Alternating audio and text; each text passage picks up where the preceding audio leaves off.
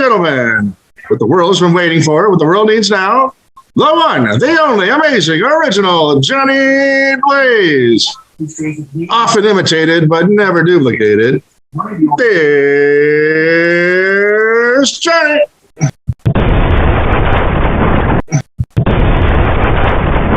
Ladies and gentlemen, I'd like to welcome you all to the amazing original Johnny Blaze Show. It's always great to be here as I blaze right in with my karate kick.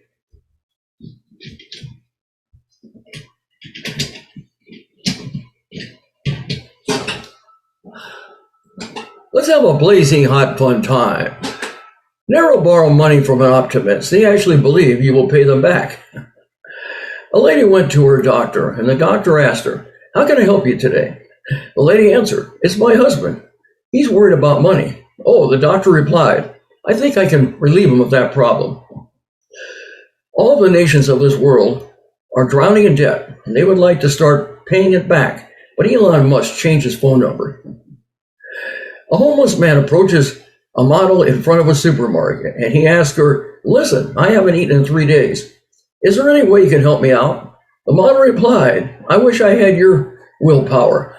We have a blazing hot fun show with a special guest. He's a singer, he's a songwriter, he's an all-around entertainer. Please give a big warm welcome and say hello to Bob Augustine, known as Folk Indie Bob. Bob, hey, welcome to the amazing original Johnny Blaze Show. Hey, thank you. Thanks for having me. Yeah, my pleasure. Thank you for being a guest. Anyway, Bob, please give me let me know about the Bob Augustine story. How did you get started in entertainment, and where are you from? Give me a rundown. Oh, well, I used to play a lot in my youth and gave it up when I got married. And about 25 years passed, and I took the guitar up again about 2 years ago. And a flood of material came out, and I've got over 40 songs now. So, my musical history is pretty simple, but I did take a long break. Oh, you took a long hiatus and break, huh? Yeah. Now, you play both guitars? You play acoustic and electric, or just acoustic guitar? Electric. I'm sorry, only acoustic right now. Oh, yes. it's only acoustic? Okay, I got you. Yeah, it's just me and my guitar when I play live. But in the studio, yes, we did make it sound like a full band. These are some ambitions I have down the road is to maybe get them sounding more like a full band. But right now, did you take any guitar lessons, or did you teach yourself? Or you self-taught? Self-taught, totally self-taught. And what about voice now? Did you also take any singing lessons, or? No lessons of any kind. I just play what I feel, and if somebody asks me what chords I'm playing, I have to point to the strings. I really am not a technical music type person. I see. Well, your stage name is catchy, Folk Indie Bob. How'd you come up with something like that? Well, I was thinking in terms of Google searches, and when people search folk indie, maybe my name would pop up. So, and then I got clever and put Indie Bob together, and I don't know. That's just how it came. It wasn't a real complicated process, but I was aware of internet searches. Well, I like it. It's catchy, and it suits you actually. It suits you. Thank you. You're welcome. Now, let me ask you, who do you look up to? Who has inspired you as a singer and songwriter? Well, I get that question a lot, and after so many years, over 50 years of listening to music, and I was primarily a listener all those years, I've got this musical salad in my head, and when things come out, I can't always pinpoint, what they've come from. Now, I have had some songs that I like the style of, like Pete Townsend. I wrote a song just after listening to some of his stuff. And I've done things that way, but only rarely. So to say I have a specific influence, it's more what I call a salad. So Well, what do you mean by that? I Like you struggle think with that question. I struggle with that question.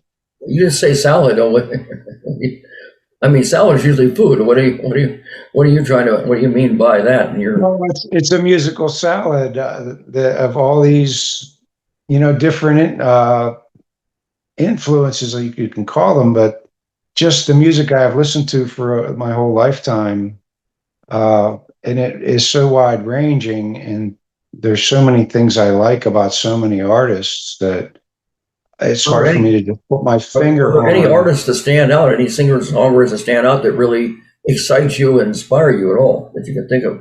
Yeah, Pete Townsend, Paul McCartney, Okay. of course, the greats. Yeah, I like Neil Young a lot. I listen to him quite a bit.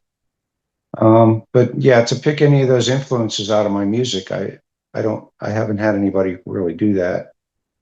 And I'm happy about that. That's something I'm proud of. It's not that I'm dodging this question. The thing that I am doing is Bob Augustine. And when I talk about a musical salad, it is what is going on inside of Bob Augustine's head I see. when it comes to writing music. So in And other words, you're being yourself, and when you say salad, you're talking about your own appetite for music, no one else. totally, I've got all this stuff rolling around in my head, and different things will come out in different songs. I see. There might be two, three different influences in one song. Gotcha. It's hard to put a finger on that question. What kind of music now are we? Do you go for? Is it rock? Is it pop? Is it rhythm and blues? Is it I country? Is it actually, jazz? Is it anything else? These other types of gospel or folk well, or yeah, jazz? I mean, now that I'm older, I definitely am not as hard rocking as I used to be. I started out in the 80s and 70s listening to the greats on the airwaves back then, and then got into punk rock, got in really heavily into the underground ska reggae scene for a while, and then got a little bit of country going, and then gave it up. And now that I've come back to music as a retired man, I mean, I'm not a youngster anymore. My tastes have mellowed, and I do really appreciate the lyrics more. Uh, and I've been, putting shows together with poets in my area and really emphasizing the lyrics, and actually having the other musicians I play with speak their lyrics before performing the song, so that the audience has a greater appreciation, because sometimes really great lyrics get lost in the music. Hmm. And that's something that has come to the forefront. Uh, Are you a solo and artist? Are you a solo artist, or do you have a band? And if you have a band, tell me about them. The name of the band, the people that are in the band, instruments they play. Where you met them, how you met them. Yeah, when I perform live, it's just me and the guitar. Oh, But I do have a gentleman, Mike Hickman. I have to give him a lot of props, and he's the producer of my album that just came out, and he actually played all of the instrumentation except for my basic acoustic guitar track, and him and I worked on the percussion together. So other than percussion and acoustic guitar and voice, Mike Hickman has played all of those instruments that you hear, guitar, bass, organ, wow. cellos. He's a very brilliant So he's a one-man, creator. multi-talented. Besides promoting you, he's also a multi-talented artist in his own right. Right, and he's it goes way back. He's been playing for 50, 60 years, and he runs a recording studio now. I tried talking him into playing live with me, and he said he's done with that.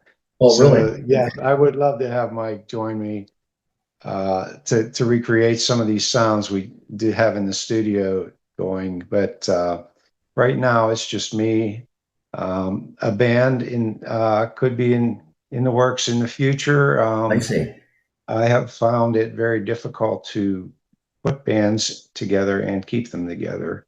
I got you. So I'm quite content with the response I get just playing solo I see. for the time being. So How we'll did you meet see. your manager? Is this your manager you're talking to, Mike? Why did you meet him? Mike, I met through the Songwriter Circle that we're in here locally in Pittsburgh. Oh, This has been going on for over 25 years. oh, really? Uh, it's called the Pittsburgh Songwriters Circle. There's over 200 members, and we have a meeting once a month. Not everybody shows, probably 20 to 30 show at the meetings, but it's a rotating cast of characters between these 200 and some odd members. We do get a good cross section of them. And yeah, I met Michael there because he runs a compilation once a year. He puts a compilation CD together Oh, really? with all the songwriters. And we can, he'll ask certain ones to be on it. And the first night I played and joined this group and I played a song, he came up to me and asked me to be on the CD. So we worked together on that one song. And then from there, I decided I wanted to work with him for some more. So Reminds me of a previous guest I had a while back on my show by the name of Joe Turner. He hosted so many songwriting places where he lived. People were get together for food, and they get to meet people in the entertainment business and develop a rapport. And so many people were met, and they were able to come together as a team. He did that for many months, for a long time. He did something like that. He had different songwriting get-togethers, barbecues, and food, and all that. He won many awards and everything. Yeah, he's on one of my previous shows. You can check him out sometime. Don't Turner. Yeah. Okay, I sure will. It sounds simple. You get together with people, you get to schmooze and get to know people, and you have a lot in common, more in common than just a common cold. And you get together and apparently you meet people and develop some contacts that way. You network is what you do. Yeah. Right. And the format we have is we have a facilitator to keep people from going too long because some people really explain their song, but everybody does one song and we ask for feedback. And, the other writers in the room offer feedback. And I always tell them to be brutally honest with me because some people just are afraid to do that. And they'll just say, oh, that was nice. And I say, no, I don't want, oh, that was nice. I want to know what you didn't like or if something can be better. So we do that with each other, and it makes us all better writers. And That's fantastic. also, the camaraderie has been, I've met just so many wonderful people That's through this wonderful. group and some of the other poetry groups that I How did had you with. how did you find out about the songwriters group now? How exactly did you find out about it? Did you happen to locate it from something you were doing, or how did I exactly think, did you find well, I think I started going out to open stages when I first started back into the guitar, and through that, just got to talking to some of the other musicians there and heard about it and said yes, because I never really played any cover music. When I got back out there, it was because I had written songs and, I felt like they were okay songs and not sure how good they were, but it turns out they're actually, stacking up pretty well. And, that's how it happened. I got to talking to people there and I was interested in the writing. And when I heard about the songwriters group, of course, it was a natural fit for me. So, yeah, I went right to it. Now, songwriting, it takes a special talent. How do you go about writing the songs? Is it music or words first, or words and music first? And also, how do you go about what kind of how are you any particular techniques that you have which makes you being able to write songs?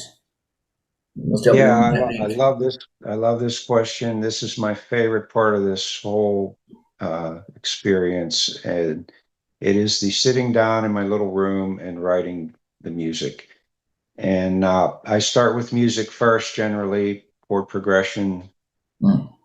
I work on that to get something that I feel is unique yet relatable, and then I start to tap into my moods and thoughts and different subjects I want to broach. And so then the words will come secondary. But Okay. that doesn't mean that the words are secondary because, like I say, I put a lot of emphasis on the lyrics as well.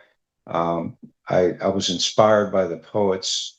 A couple of open stages I started going to were also poetry open stages. And uh, yeah, I feel like a good song has both. It's a musically attractive way to deliver a lyrically attractive message. Hmm. So uh, yeah, they both go hand in hand, but the music I do write first. I see. And art. Now, how do you? Would you say that your way of writing songs is based upon mainly about your experiences? Is that what you would think it would be, or anything else? Yeah, mainly my experiences. I lost my wife. She passed away about Oh, 3 years ago, oh, I'm and that sorry. spurred I'm me. sorry. I offer my condolences. I'm sorry. Yeah, I mean, I'm working through that, Hmm. and music has helped me. That was one of the first things I did when that happened, is pick the music back up. And part of the reason I took so much time off is because I was happily married, and Oh, so yes, to process all these feelings and emotions. I started out with some really heavy hmm. writing and some really heavy stuff. Some of those are on my album. I'm Uh, curious now. That's a sad loss. If you had, I don't know how many years you were married, but that must have been a big sad loss to lose your wife. yeah, we were married 23 years and That's a long together time. That about is a long time. 25. So almost Oh, I see. exactly the amount of time I had music going when I met her. And then as soon as we got serious, she wasn't a musician, so we did other things. Oh, I see. And the one song I have on my album, Moon Song for Maryanne, is directly written for her. That's what I was going to And say. You must have written a song based upon your. There's a woman, say some woman that you had, either girlfriend or wife or somebody. That was your former wife that passed. right.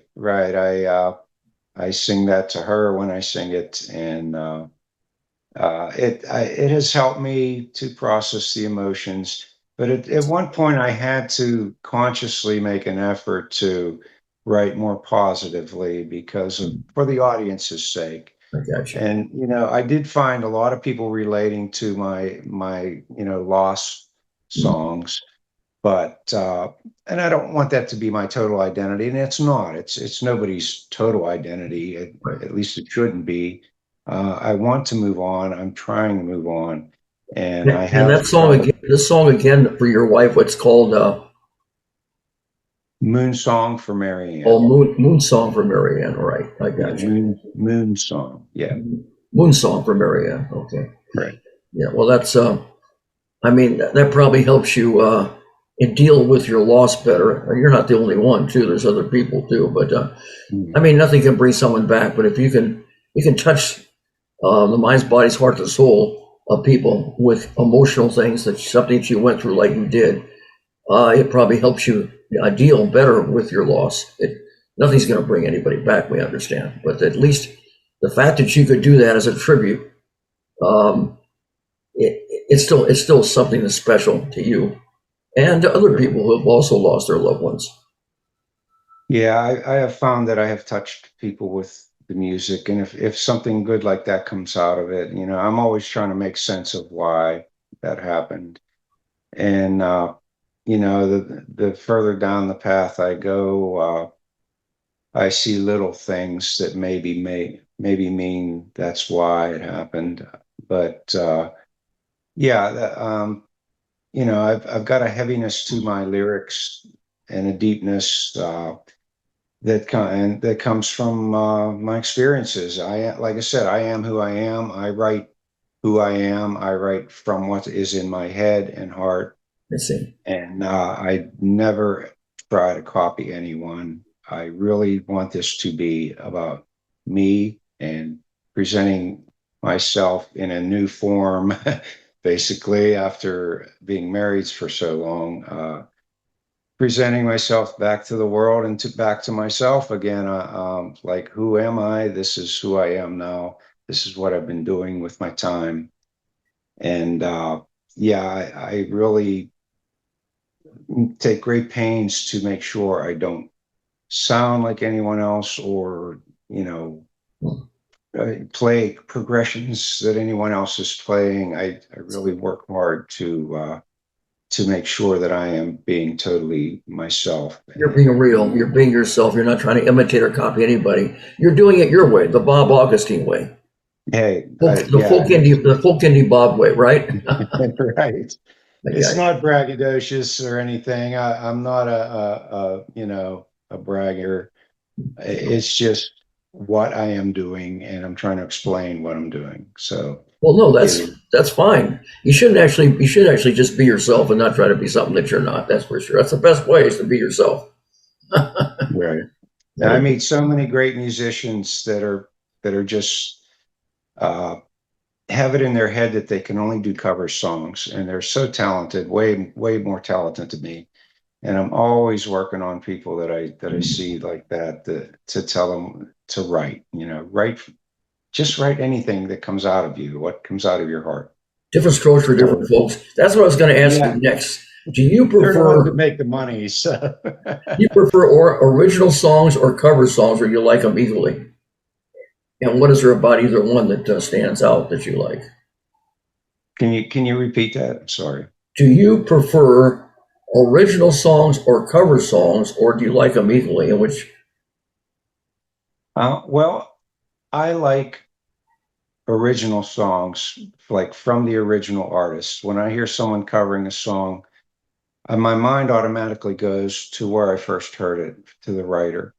So, yes, to say it very simply, I prefer original songs. I prefer the art angle of all of this. I want to see what people are creating, and even if it's rough, I don't care. I'd rather hear a rough original song okay. than a super polished cover song. Well, what about for yourself now? You prefer hearing original songs. What do you prefer performing? Is it original songs or is it cover songs, or about the same? I only perform my own material, so I really Okay. don't have any cover So songs. you're not into cover songs. That's what you're telling me. You're into original. Yeah, I have over 40 songs now that I've written. I have over close to 3 hours of material, and I'm able to do a full show, a full evening, and it has been well received. I've been doing full shows with my own music, so here I am. So your material's all original. You don't do any, you never have, or I guess never have and had no interest in doing any covers at all. Is that right? Not since I've returned to music. No, I see. this is my thing. I if nobody likes it, I will go work in my garden. I yeah, this is what I choose to present. I'm an artist. I'm treating it that way. Artists create, and True. in my opinion, artists should not copy. Well, that's nothing wrong with that. Just just put everything your own spin on it. And do the best you can for yourself, and be your own best friend, and just be yourself. Nothing like being like the song. I gotta be me. I gotta be me. Yeah, Gotta be but what I am, right? right, right. And Hey, you're happy being that. everybody's How unique, many how many songs would you say, and albums, uh, extended play, long playing, and songs in general in your career would you say you have created and produced? Oh, well, I have only created these 8 songs in this go around. When I was younger, we started into it, but never did any recording. But we had a band that we played all originals, and that was with my young friends and everything. But in this latest go around, I have 8 songs on this new album, and that's it. That's my first foray into formal recording and producing and everything and studio work. So we'll see where it goes. Like I said, I have over 40 songs, and I'm going to start picking away at them. But I did want to get these 8 out just to have something out, because people were asking me. And just tonight I played a gig, and someone was said, "Oh, I like that song," and he's trying to find it on Spotify. And I stopped him. I said, "I don't have that recorded yet." So So, okay, you've got I 40 said, "Well, songs. for you," I said, "For you, maybe I'll go ahead and do that one first." But I'm going to start picking away at these remaining So songs you now. created 40 songs, but as far as albums, how many have you done? What, one album or a couple, 2 albums? One album, yes, one album of 8 songs. Oh, It's I out see. I got on you. Spotify. Got you. Yes, Folk Indie Bob is the title. All right. Um, let me ask you about now, as far as when you do your shows now, do you prefer larger crowds or smaller crowds? Or does it make a difference? And what's the largest crowds that you've ever been at, that you've ever performed in front of, and the smallest crowd? I would say the largest is I've never performed for more than 100 people or so. Okay. I have been. I prefer. Well, every person who wants people to like their material would prefer a larger crowd, I would say. At least I would. But I know this is a slow process, and I'm relatively unknown at this point. So any crowd, I've played for one bartender, in an empty room, and every musician can relate to that. I've heard stories from famous people that talk about that. So I prefer, of course, a larger crowd, but I have not played for more than say 100 people. I see. Um, that's where it's at right now, and I'm working on that. You can grow from there. You can always Yeah. always improve. Oh yeah. Okay, when you do your shows now, you ever had a time where you tried hard to make a show work, and for some reason it didn't? It's like Murphy's Law. If anything go wrong, it can and it will. And if that's the case, Yeah. how did you handle that? Oh yeah. I mean, any endeavor, you have bad days. Any thing you're trying to do, and this is no different, and probably a little riskier, even because there's electronics involved. There's when I'm outdoors, I've been playing a lot of arts festivals all over the country this summer, and there's always those outdoor factors: wind, rain, cold. You don't know what you're going to get that way, and there's equipment failures. There's uh, a day when you're not feeling good and your voice isn't good. Yeah, all that stuff has happened to me. But I just try to make music. I keep telling myself, Yes. be musical, make music, keep making music, Right. and push forward. And I have gotten so much better over the course of these couple years. It's definitely a skill that needs to be honed over a period of years. Well, So practice makes perfect, they say. But yeah, anyway, right. anything can happen in any Self-discipline. show. But anything that stands out in which you tried hard to make something work and it didn't. Anything that stands out that was a Yeah, I had pivotal. a total. I have presets on my speakers. I've got these uh, latest and greatest speakers, and during the one show, the presets just wiped out, and I have all my effects on there. I had all my volume levels. So embarrassingly, you have to stop and reset, and Yeah, I mean, the audience is sitting there looking at you and being relatively unknown. They're not quite as patient as they would be with the popular artists. So, uh, but people have been nice and gracious, and I haven't had any real true disasters. So how did you handle that when that happened? How were you able to handle it Well, to make it hey, work? any way you handle anything else, I've been through all kinds of really hard things, and that if that's my biggest problem at this Okay. point, I'm pretty Have you ever happy. had an embarrassing experience? What's your most embarrassing experience you've ever experienced in your on your shows?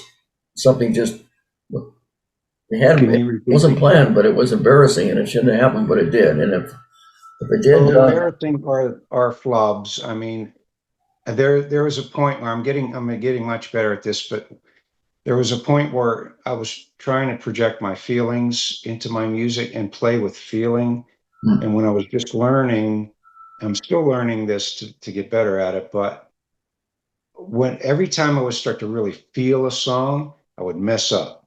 hmm. So, and the audience feels along with you. So they're vibing it with you. And you're jamming, and all of a sudden you hit a clunker and it just kills the whole vibe. And it's very embarrassing. And at first, I used to really like get thrown off by that, but now, I understand clunkers happen.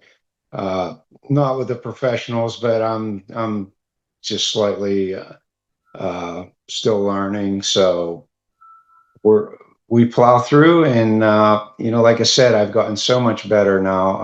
I'm able to cover up any kind of flubs a whole lot better, and I'm able to play with so much more feeling So when than you when I say started cover out. up, what do you do? Just think about maybe think of some other word, or think about trying to make it sound like it didn't happen, or just what is exactly that you do to Yeah, it? I mean, yeah, you keep the flow going. The key is to make music. That's what I always tell myself. Don't worry about the notes, the words, the structure. Make music. It is a feeling endeavor. It's something that comes from a different place. It's not analytical, like, Hmm. say, a classical piece would be, that they're reading the music exactly. It's, This is, and even in that, they have to still overcome the analytical part of it to project feeling. So yeah, I cover it up by just moving forward. And it happens less and less the better you get. So, like I said, it is happening less and less. good. It's good to In fact, it hardly ever happens at all anymore. know. Sometimes I'll hit a different chord, or I'll forget a word, or a line. But I don't have those big problems that I had when I was starting out. Have you ever had the guitar string broke or you forgot the words? If that's the case, what did you do to it? Oh yeah, of course. I've saying that, you sing the same verse twice. That's part of the beauty of doing original music. Nobody really knows that you messed up sometimes because they had never heard the song anyways. What's your most memorable show experience that you've had where it was you feel like it was really successful? It was very exciting for the crowd and for yourself. Anything that stands out? Yeah, the one that really stands out is the Pittsburgh Songwriter Circle has this compilation CD that I mentioned earlier. And to celebrate the release, we have a party, and everybody who's on the CD gets up and performs their song that was on the CD. So when I performed my song in front of all my peers, there were close to 100 people there that night, and everybody really loved it. I got a great applause and response, and I was able to vibe the room and play well and project feeling into it. And it was just a great night. And hearing all the other people too, yeah, that night stands out. That was last fall, and we'll probably be doing it again here shortly when the new one gets released. That's great. Do you have any performance anxiety before you get ready to perform at all? A lot of artists usually do before they get ready Yeah, to. yeah, of course. I think everybody does to a point. The nice thing about experience is that it doesn't affect your playing the way at first when I was starting out. To be nervous meant that your mouth was too dry to sing, your fingers weren't moving on the guitar. Now to be nervous means a whole lot more internal things than things that are actually coming out in the playing, so people don't notice it as much. But yeah, the nerves are still there, especially a crowd where I'm trying to impress or maybe get a repeat gig, or I know somebody influential's there. Uh, yeah, of course you feel nerves. So you just have to, I guess, deal with it the best you can. That's part of this job. Yes. That's all you can do. Now, rejection is in every aspect of life, especially in entertainment. How do you handle rejection yourself? And have you ever had any audition in which you tried hard to get the role, whatever it was, and were disappointed you did not get it? Many rejections. In fact, way more than acceptance. So, yeah, that's something that's, again, I think is just part of the deal. I feel like you have to go through a certain number of people to get to the ones that vibe with you. Right. So uh, that's just part of the game. You never give up. Once you give up, you're finished. That's for sure. You got to keep hanging in there. Right. You at least expect that something good can happen. So. Right. And if I hadn't had, the progress I've made, I would have given it up. And I still have that attitude. I can always go and find other things to do with my retirement. I have plenty of interests, but the fact that this music is seemingly making progress and touching people, and people are vibing with it, they're applauding, they're coming up to me afterwards and asking about my songs. So many different people like so many different songs of mine. That's another thing that's encouraging. They don't just like one song, they're liking many songs of mine. So that keeps me going. That's the positive of it, and the rejection, falls by the wayside when You're getting more. You're getting something out of it. So you really love what you're doing, and you're getting something out of it. So you're going to keep on doing it. You're getting enough encouragement. If people don't like it at some point, I will go find something else to do. Like I've always said, if you can't please everybody, please yourself. Like Ricky Nelson said in the garden party. Exactly. They're going to throw rotten eggs at him because he wants to get his earlier popular hits. Anyway, so you please yourself, if not anybody else. But anyway, you do your best. That's all anyone can ask. And have fun with it. If you're not having fun with it, you're in the wrong business. That's for sure.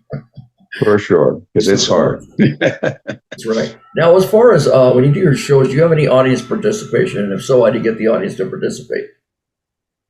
I really haven't gotten to that yet. I would like to see some people singing along at some point, but my stuff is so new and I am so new. I think most people, the participation that I get, like I said, is the applause and the people coming up to me afterwards, which is one of the most gratifying things of all. When someone walks up to me when I'm done and says, I really like this or that. The fact that they even come up to you at all means that you have touched them in some way. So, that's the main participation I have seen so far. I don't really do clap along or that type of thing. Like doing I would hope that it happened, I'd rather have it happen organically than ask people to do it. Would you rather have people do it on their own instead of having to lead them right. on that? Right. All right. Do you do any meet and greets and sign autographs and take photos at your shows at all? I have not done that yet. No. That's something you may want to. You may want to do that in the future. Yeah, I just got a mess of flash drives made with my new album, so I'm going to start putting them out at my shows. And good idea. That's something to consider. If you're not doing it now, you may do it for fun and promotional reasons. A lot of entertainers do that. Singers, songwriters. Yeah. Now let me ask you: have you ever gone on tour in any of your shows? And if you have, what are your favorite venues and where have you traveled? Well, I have done the touring of arts festivals. I haven't gone on a musical tour yet, but I have traveled pretty much all over the country this year, uh, playing these arts and crafts festivals. Then some of them are pretty big. I mean, I did one in Grant Park in Chicago. It was massive. I mean, hundreds of vendors, and the vendors like my music. The patrons there like it. So it's very successful summer for me, and I'm going to be going again here in the winter down south, uh, and over to Phoenix and some warmer climates. And then I've got to go back and approach all the ones I've been to see who wants me back. And I'm pretty sure I'm going to get that type of a niche going for myself. And at some point, I'm hoping to become, yes, no, well known enough to actually be asked onto a tour. But I know these things take time. I've only been at it around 2 years, so I feel like with a little more time, that could happen. So you haven't really done a tour, but you've traveled different places, as you're telling me. Right. I've been traveling for music all year this year, so I finished my last one last weekend. I was in Colorado, and I'm going to take a couple months off here and get reestablish my local connections because kind of let those slide for a while. Any favorites out of the ones where you've traveled? Any favorite ones, Chicago or any other places? I was just in Telluride, Mountain Village in Telluride, Colorado. The stage they have there looked out onto the mountains, and the foliage was changing. So I have a lot of nature songs that I wrote too. And as I was playing these songs, I was able to look out at this mountain, and the weather constantly changed. I played 4 days in a row there. So over the course of those 4 days, the mountain changed so many times. That was very memorable. Um, yeah, the one in Chicago was just for the sheer size of it.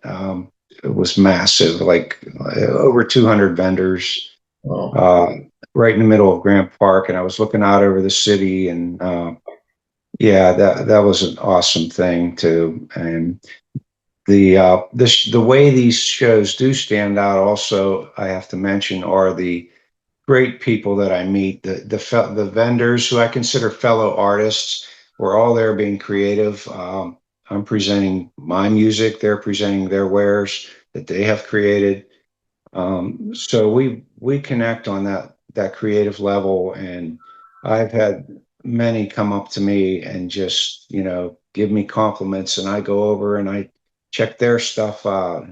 So this whole arts festival uh, angle has really been enjoyable, and it's almost to where I prefer that. Oh, of course, I haven't done musical tours to know the difference yet, but um, yeah, because the other thing is I get to play for several days in a row, or at least 2 days in a row, and I get to really make connections with the people around me, and that's part of the enjoyment of this whole deal. that's great.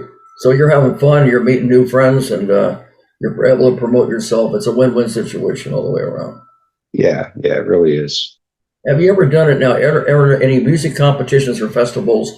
And if you did, which ones are they? And did you win any awards at all? And if you did, talk to me about that. Yeah, I have not won any awards. I did a battle of the bands in Ellicottville, New York, which is a beautiful little ski town up there in near Buffalo. And went up there. I made it into the competition. There was probably 6 or 7 groups in the competition, but it was not my day. But the good thing is the venue that I played at asked me to come back, so uh, at least that's a win for me. Even if In you my have awards, you still, yeah, they asked you to come back, so that's good. right. Well, that's all cool. It sounds like fun. Now, what is a typical day as a singer and songwriter? What would you say? If I just focused on music all day, it would be my most creative time is first thing in the morning. When I wake up, I go into my little office here, and I like the way the sun comes in, and I start to just plunk around on the guitar and see what comes out. And generally, I've had a lot of luck. Those first few chords I strum, or first couple of thoughts and ideas I have first thing in the day, have turned into songs for me. So yeah, that's my favorite part, the writing. But then there's the practice. You have to put the time in. If you let songs go, and the other thing about writing new songs is they're new to me also, as well as the audience. So until I've gone over them hundreds of times, 1,000 times, uh, they haven't really fleshed out. They haven't really, matured to a point where they're their best they can be. So when I write a song, I know, even though it's presentable to an audience, it's still in my mind not finished until I have played it, because I'll come up with new ways of singing it. I'll come up with new parts, new subtle nuances that make it so much better. There are a lot of subtleties that can only come through repetition. So the practice takes hours. There's days when I practice 4 or 5 hours, um, and I'm happy about that. So, but it also does take up a chunk of your day. So a typical day for me as a musician is some writing, a couple hours there. But there's times when I have spent a half a day writing because I'm just getting into it so much. And between the writing and the practice takes up large chunks of time. And then, you're going out in the evenings or whenever to the various gigs, and there's travel involved. So it's a very time consuming. If I Really? wasn't retired, I don't think I could do it. What about recording music too? That's part of it, isn't it? Yeah, there's another whole thing that that's not my favorite thing to do, sit in the studio. I like being out live, but yeah, was super time consuming. It took us over a year to do 8 songs, and it just was, yeah, a large chunk of time. How did you create that? Your song, the can. Think of it as a sweet song, the candy wrapper. How did you come up with and create that song? Well, I fell in love with a younger girl, a very young girl actually, that we were in a concert band together. I also play percussion and drums. So Oh, you I was do. playing percussion and drums in this concert band, and she was a fellow percussionist with me, and we got to talking. She ended up talking, about her feelings, and made me comfortable enough to talk about my feelings and all my things with my wife and all. So I was vulnerable at that point. I had been, just coming out of this awful thing that I went through, losing my wife. And so I fell in love with her. Hmm. And what happened was, it wasn't reciprocated, obviously. She was just so young. So we were very honest with each other, and we were spending a lot of time together. So I thought maybe, well, maybe this is something. But the point of the whole song was, uh, I gave the candy out like it's like a bag of candy. When the candy's all gone, the wrapper gets thrown away.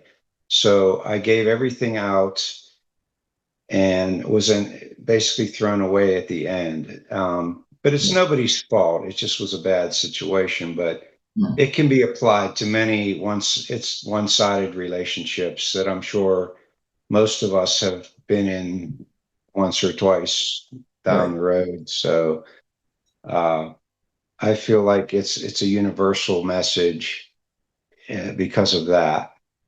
even though I have my own personal spin on it. So in other words, with your experience with this girl that was a one-sided relationship, you were able to put your music and words and put your spin on it when you created that song. Oh yeah, yeah.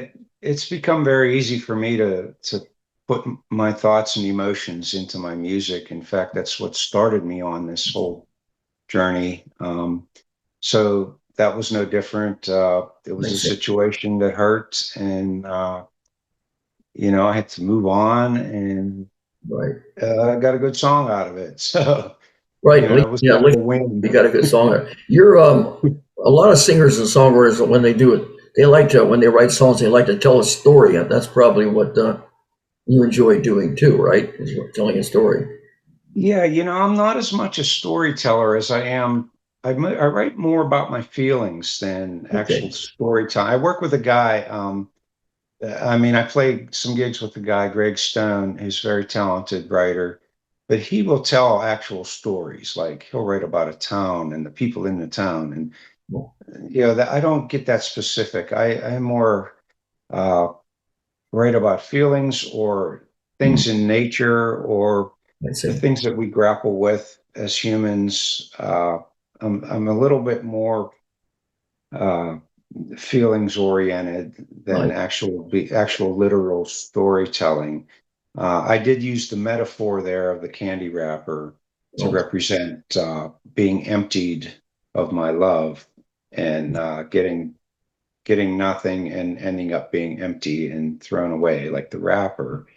But to me, that's not really a story. That's more a metaphor and a I way of see. So you're into feelings. You're into your feelings and emotions. You're not into really telling stories. So some people are, and some people are not. Everybody's different. That's what makes it. right. And I don't. I would love to be a storyteller, and maybe someday I will as things go on here. But for now, that's where it's been. I got you. Now, you've done some music videos now. How did you go about creating music videos yourself? Well, a lot of them I do live. I will set up my tablet behind me on stage so I can get the audience and myself in there.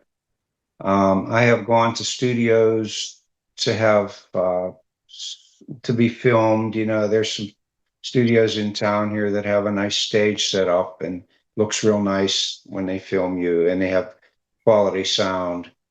So it's kind of been a just a hodgepodge of different techniques and ways of putting the videos together, I and see. I've created content, for YouTube, and I have over 10,000 followers now on YouTube, subscribers. So that's been going really well. But the problem with that is not a problem, but the challenge with that is you need to keep putting out Right. content, or things fall off, people lose interest.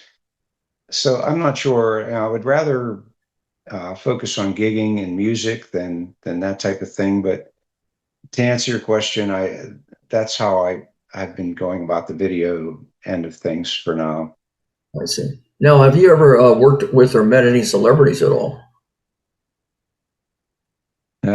Mike Hickman. But Let me see. Musically, I don't think I really have yet. No, you never have. Well, you never not know. not So musical. you never know. Maybe it'll happen. Yeah, yeah. Who knows? Now, in your experiences now, talk to me about the various. Have you done any television work, or radio, or podcasts, or any like local theatrical productions at all? Have you ever been involved in any of that? And if you did, talk to me about them. Which were the ones that were your favorite that stood out? I haven't done any television. I've done some radio interviews and some live radio. I played live on the radio a couple of times. There's a great acoustic show that Anthony Frazier runs out of Indiana, PA. I'll give him a shout out. Very, very great guy who likes my music and has supported me. He runs an acoustic hour, and we'll have people in to play live on the air. What channel? What channel would that? Is that in Pittsburgh, Pennsylvania, or somewhere else? It's in Indiana, Pennsylvania, and I Okay. don't know the call letters, You but don't know the radio? Okay. Okay. So, if you look up Anthony Frazier, hmm. Indiana, Pennsylvania, you will see his show. I see. Anyways, yeah, that's been the highlight. I think I love the support that I've gotten there. Is that an AM Um, show or FM? Or is that it's FM. Yeah. FM? I see. Okay. Hopefully, it has a big audience. What about podcasts now? Have you done any podcasts at all? Yeah, a couple such as yours. I've done Okay. a couple of these interview type things. I have not played live on anything yet, I and see. that presents its challenges because I'd have to have a better setup than I have to do that. But Any ones that stand out? Any other podcast interviews that stand out? there's a guy, Sam Sparron, who does one. He has interviewed me, and we had a nice time doing that. And I'll give him a shout out. He's a musician himself, but he also supports uh, small musicians that aren't very well known.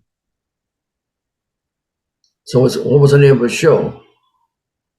Uh, I'm trying to recall the name of his show. It's another one you can Google, Sam Sparron, Speron. Sam And Sparrow. yeah, I'm not recalling the name of his show. I see. What's interesting, you The say link- podcasts. See, the thing is, podcasts are very popular, especially when the pandemic started, and they still are very popular today. But podcasts, you're limited to what you can only do is you can hear it, and that's it. So a lot of people think that my show is a podcast when it's actually better than a podcast. You can not only hear my show, you can actually visually see it. So it's really a video cast, is what it is. Yeah, I'm going to have to say yours is going to be the highlight from here on out. So next time you ask me that question, I'll say this one. Okay, great. That's great. Now, I want to shout out to Michael Stover. Because of Michael Stover, I give him the credit. I was able to have you on now, and I've had many guests from Michael Stover too. How did you go about meeting Michael? I met him through Sam Sparron. He gave me Michael's contact. He said he Oh, was really? a guy I could trust, and I was very happy that he did that because so far things are going well with Michael. We just started out on this journey together, and yeah, he's been getting me, a lot of exposure so far. So I have a couple more interviews coming up, and yeah, we'll see where it goes. I'm very excited. Well, that's great. Do you ever see yourself opening up for anybody? Would you like to open up for anybody in particular? Entertainment, any shows? Yeah, I would like to open up for. They're all pretty old. The ones I really really like. The newer ones, let me think. Just yeah, I would love to say Paul McCartney. Yeah, and he's such a nice guy. It could happen. If he gets a hold of your music, he's that kind of guy. You never But know. no, I want to believe that. Anyways, I have a funny story about him. I took a walking tour in London. Uh, it was a rock and roll walking tour through Soho, and pointing out all the historic spots where the Soho doorway, where a policeman knew my name, is where Pete Townsend was passed out drunk, and he wrote that song. It was not a glamorous thing. It was a very seedy area at the time. Now it's been gentrified. But well, one of the stops was in front of Paul McCartney's offices, his publishing offices. And they pointed it out. So after the tour, I went back and I have my business card. And I said, I'm going to drop this business card in Paul McCartney's office. So I get to the door. It's a glass door. And the lady buzzes me right in. And I'm like, wow, okay. I go up, I start walking up to her, and I'm like three-quarters of the way through the door. She gets up from her desk and goes, "Oh, no, no, no. I wasn't supposed to let you in. I thought you were somebody else." So I said, "That's okay." I said, "That's okay. I just wanted to give my card to Paul. Could you see that he gets it?" She's like, "Okay." So I have the distinction of my card being in the bottom of a garbage can in Paul McCartney's office. Wow.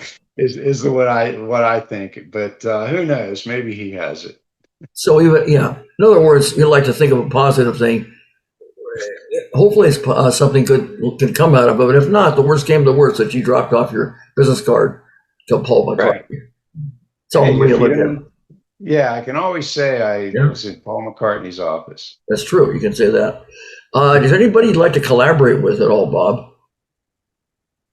At this point, I am so wrapped up in perfecting what I'm doing that I have to say, and not in an arrogant way, just in a practical way, that I would have to say no to that.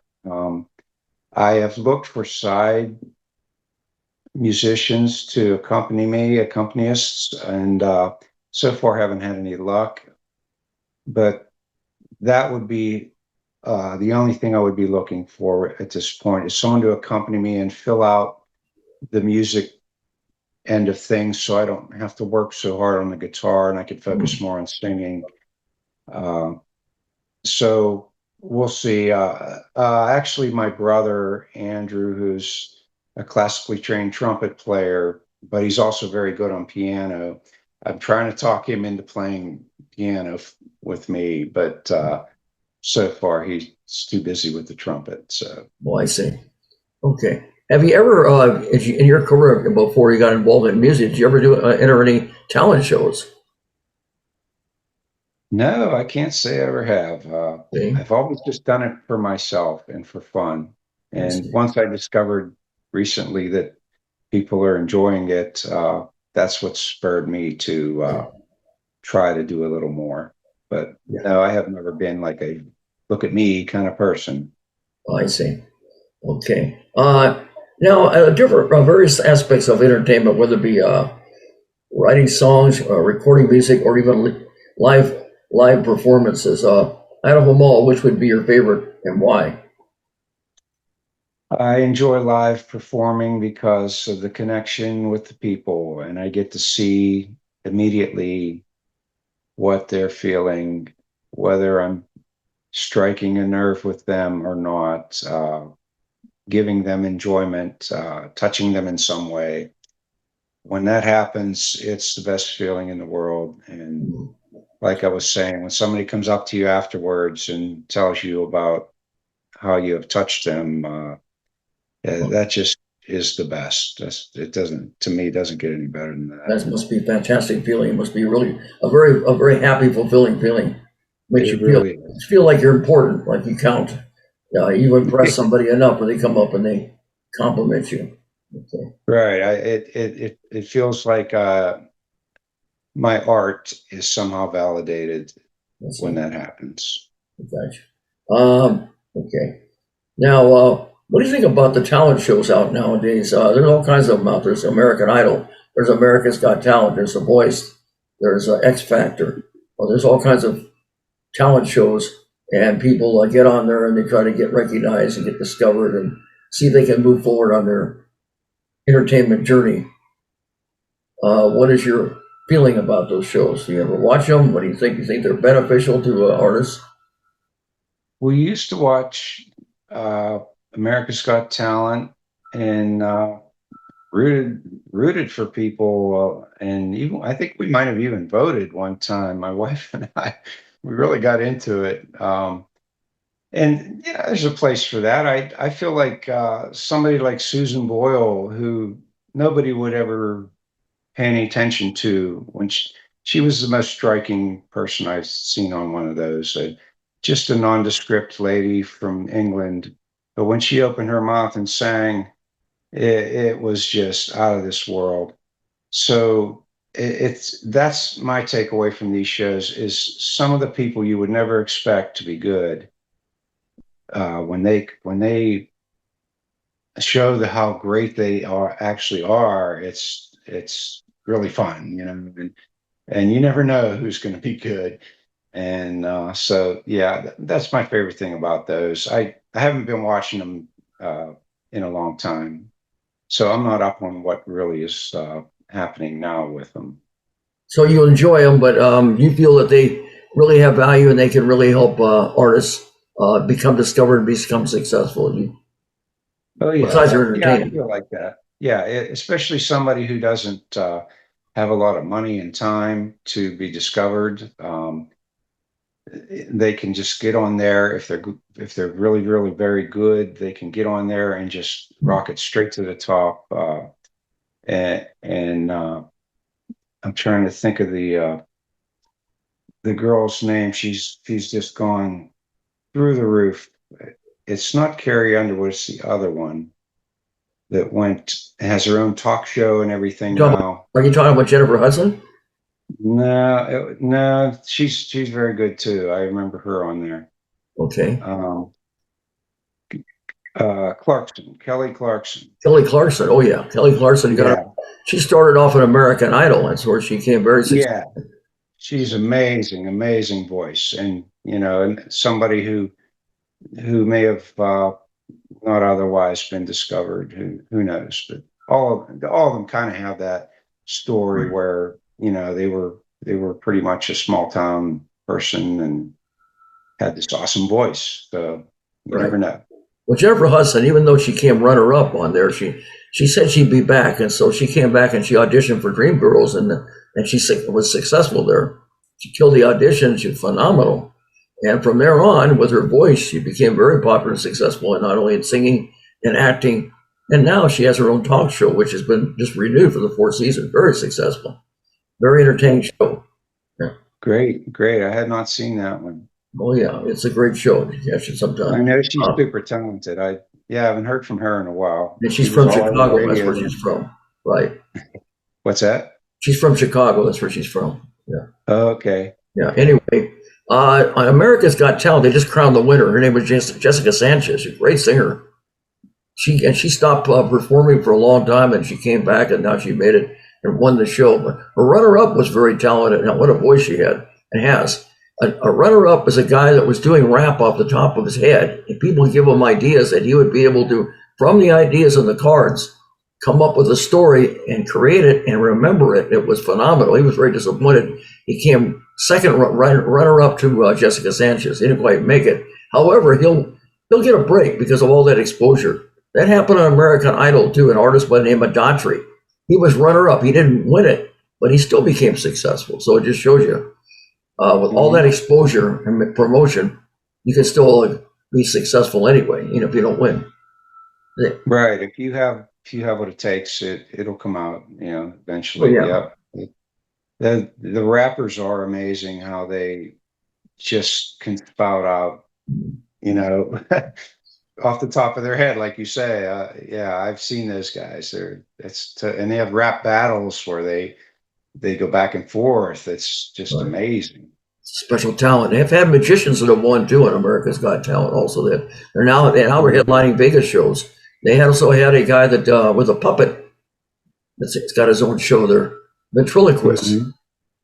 So they've had quite a few artists on there. That's the beauty of the open stages. Kind of have that vibe. You never know what somebody's going to come up and do, and I haven't had time to get to the open stages, but I started out. That's all I did, and that was so much fun. And maybe someday I'll get to go back to them, but I've been too busy for it right now. I see. Well, before you got involved in entertainment, you did some other type of work. What was that before you? I was a machinist for over 30 years. I see. CNC and made precision parts out of plastics and metals. So, an industrial job here in Pittsburgh, and really nothing to do with music. I see. But I've always loved music, and went to many shows and went to, like I said, I played from my youth until I got married and was in bands and all that. So I never really threw music away, but it definitely took a back seat until recently. But yeah, that my job had nothing to do with music. You had to do But work to make money in the meantime. So right. it served us. So I see the young people who are in groups around here, and in a way, the talented ones I feel sorry for because they have to go out and make money. So it takes away from the time they have to spend on music, and it takes a huge amount of time. So anybody who makes it out of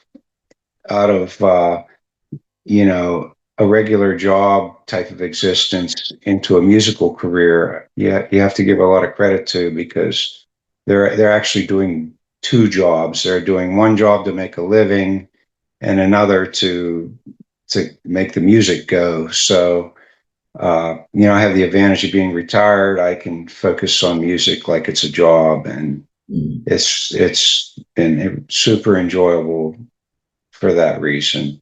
Well, you're very fortunate. You've been able to go from being a machinist to doing something you truly love now, and through your mind, body, heart, and soul, you love it, and that's what you're able to do. And not everybody can say that. So you're very fortunate to achieve that goal.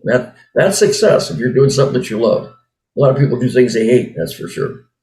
Oh yeah. You got to pay the bills, but yes, I do consider myself fortunate. Yes, you are, Bob. Anyway, I was wondering, Bob, if you had to do anything over again in your life and your career, would you have done anything differently?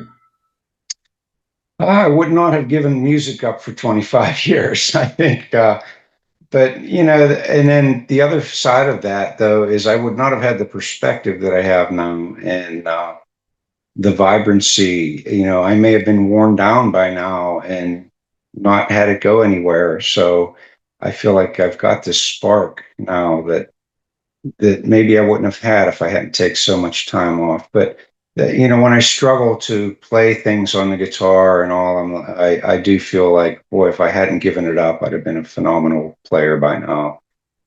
So what can you do? So you're happy where you're at now, but if you had to do it over again, your life and your career, would you have done anything differently then? Yeah, I would have, definitely stuck with my writing, my musical writing, which I was writing a lot as in my youth too, but I see. Just gave it all up when I married, and my wife wasn't a musician. We did other things, so I was happy that way too. So, but looking back, now that I had to struggle to practically relearn the guitar and the technical aspects of sounding good. That's something I regret, is giving it up, because that would have all been taken care of by now. It might have been different then. Okay, than it is now. Do you have any, Bob? Do you have any present projects at all? Well, right now I'm looking to get back in the studio and start on the rest of my songs, but I'm planning to do it more enjoyably by going one by one this time, where I had nothing out at all. So I wanted to get at least a start of a group of songs out. So I've got these 8, but now it's going to be enjoyable where I'm planning to just release singles, and go in and work on one at a time, and really put a better amount of effort into each one, rather than just trying to get a bunch out at once. Oh, I see. So you're going to do it just individually. You're going to do it. Okay. I'm planning that. Unless someone advises me differently that I really respect, I feel like I should just do one at a time and focus on quality over quantity. I got you. Which has always served me well. That's important. Do you have any future dream projects, Bob, that you haven't done yet, but you'd like to in the future consider? Really love to do it. Creative projects, you say? No, do you have any future dream projects that you'd like to do? Dream projects. Like to do it in the future. Do you have anything? Well, yeah, I would like to just continue to write and add more instrumentation to my writing, by using some of the software that's out there now. I want to get a little better versed in that. There's some really great, you can create almost any instrument now on the computer. I don't want to go all the way to AI, which some of my fellow songwriters are doing, but I do want to take advantage of having accompaniment without actually, working on people's schedules and things like that. I'd be able to. So the dream would be to, get control of this software to the point where I'm very well versed in it and skilled with it and able to, use it to accompany myself. What kind of writing now are you talking about that you would like to do if you're? Whatever comes out, like I said, the salad is still up here swirling around, and we'll see what comes out. Okay. Yeah, that's always enjoyable to see what comes out. It's a surprise to me too, and well, like I was saying, to get a song polished up, the song is new to me too. So you're not talking about writing any books. You're not talking about fiction or nonfiction. You're talking about musical. I'm talking about writing music. Yeah, Writing music. I haven't really. Yeah, I haven't settled on the spoken word, even though I do read at the poetry readings. I see. I get more enjoyment out of adding music to the words. I So got you. yes, when I say writing, I mean writing songs. I got you. Okay. So you're into writing songs. You love it. That's what you're really into. Now, how can, if people want to find out more about you, Bob, how can they find out? Give me the links. Entertainment website, Facebook page, YouTube channel, imdb.com page, Spotify, Instagram, LinkedIn. Can you give me the links and where people can find out more about you? I've got a one-stop shop for the links, and it is at my website, which is www.folkindiebob.com. And basically, if you Google Folk Indie Bob, you will see and probably come across that website. It has my calendar and all my links. Also, my new album's out on Spotify. That will be under Bob Augustine. And the album is titled Folk Indie Bob. So, it's I'm kind of going by two names here for the time being. It seems that's the flow of things, but I always bill myself as Bob Augustine, aka Folk Indie Bob. Okay. And so that's the website, www.folkindiebob. And what Facebook and YouTube, is that all? That's all on your website? They're all there. The buttons are there to click to those. So yeah. Well, the links are there? Okay. All the links are there. Spotify's there too.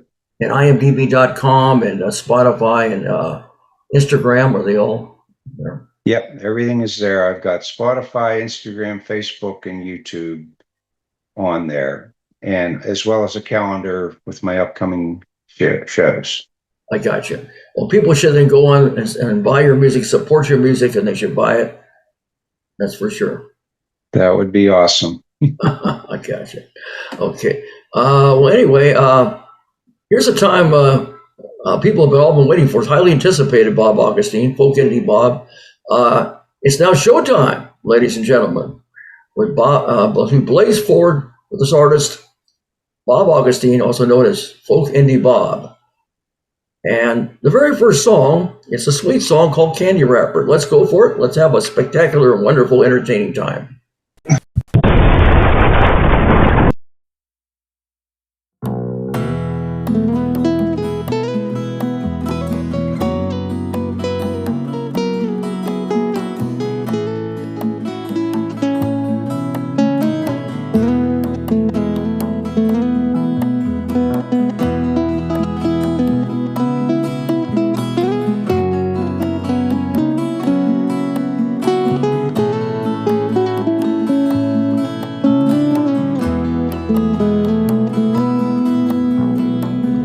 I was a clean blank page. No marks were made on me. Everything remaining to be seen. world starts rolling its colors onto me, marking me from my own destiny. I sit upon the shelf, holding my sweetness, waiting there for someone to see me. And oh, the sweetness and the dirt, I'm holding one to keep the other out. And now I see what's left for me inside. The one I tried to love has emptied me.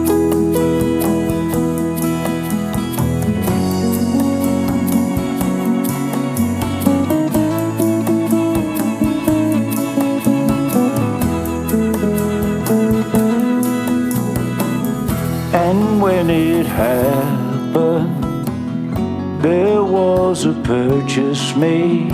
I couldn't wait to let you open me. I let myself be open, gave candy to you.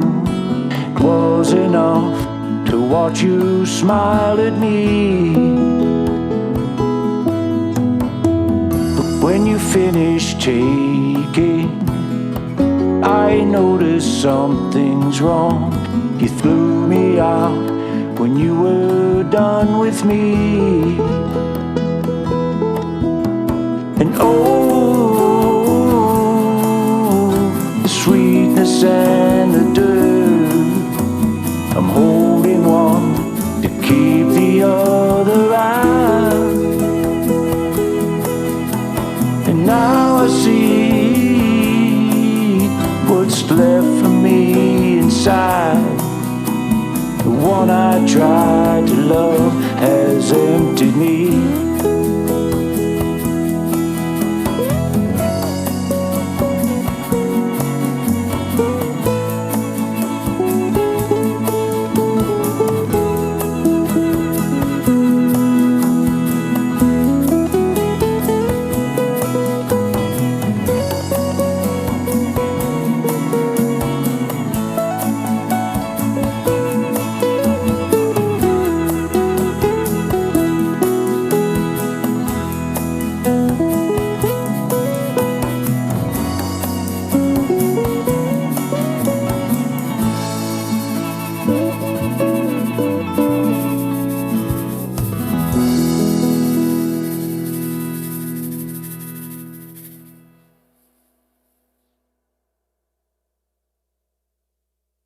Bravo.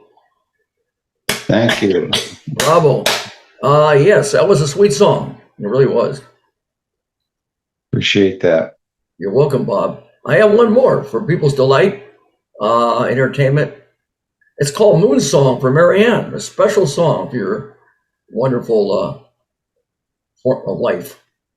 All right, Thank so let's have a blazing hot fun time, ladies and gentlemen. Moon Song for Maryanne, Folk Bob, yeah, Folk Indie Bob, Bob Augustine. All right, let's go for it.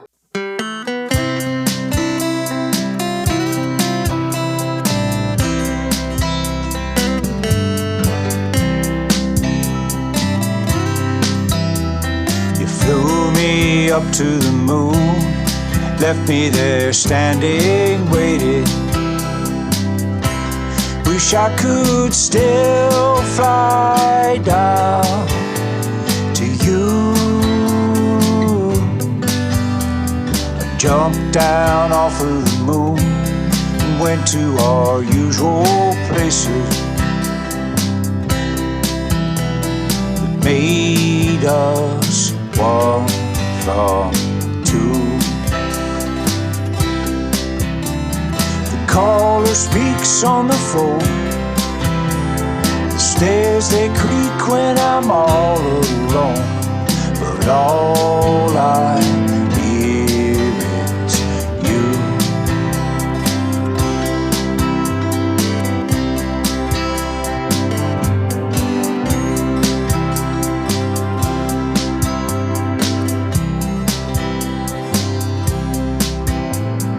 Somebody smiled at me. I went to the moon to wait there. But when I got there, it was you. Walked back down to the world and back to my rainy sidewalk, where there's nothing left to lose. The caller speaks on the phone. The stairs they creak when I'm all alone, but all I hear is you. There was a pair of wings in my life that flew me up to the clearest sky. Wings they came from you.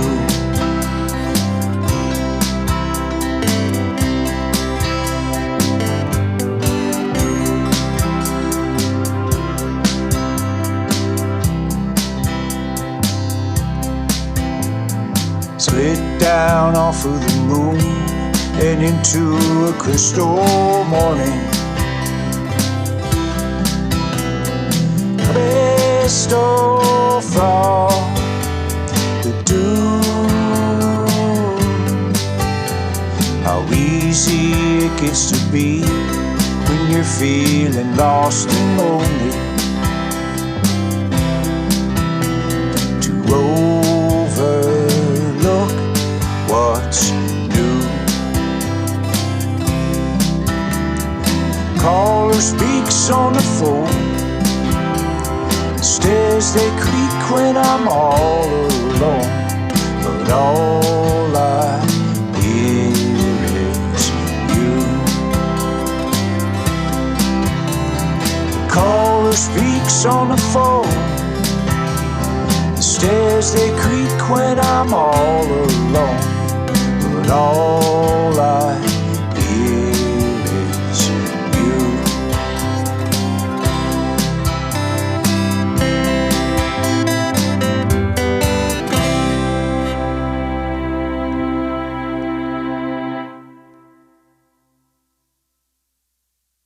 Bravo, bravo. Yes, what a.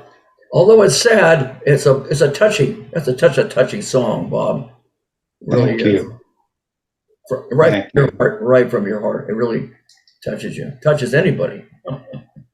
It was That's me for sure. very well done. Very beautiful. The music, the words, everything about it. Anyway, I want to thank you, Bob Augustine, also known as Folk Indie Bob, for being a guest on the Amazing Riff Johnny Blaze Show. Time's gone by fast. You're entertaining. You're fun, inspirational. I've really enjoyed talking to you. Hey, thank you, Johnny. It's been a pleasure.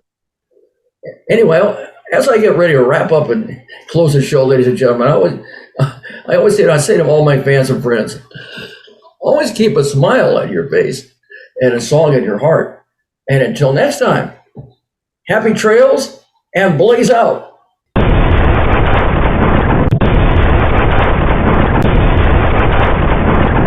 Ladies and gentlemen, if you would like to be a guest on the amazing original Johnny Blaze Show, please send us an email to amazingoriginalJBshow@gmail.com.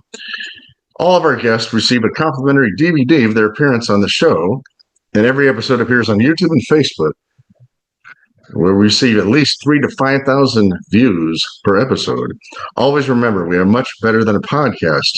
We can be seen as well as heard. And don't forget to subscribe to our YouTube channel, The Amazing Original Johnny Blaze Show. And now, ladies and gentlemen, The Amazing Original Johnny Blaze has just left the building. Good night. God bless. Thank you so very much.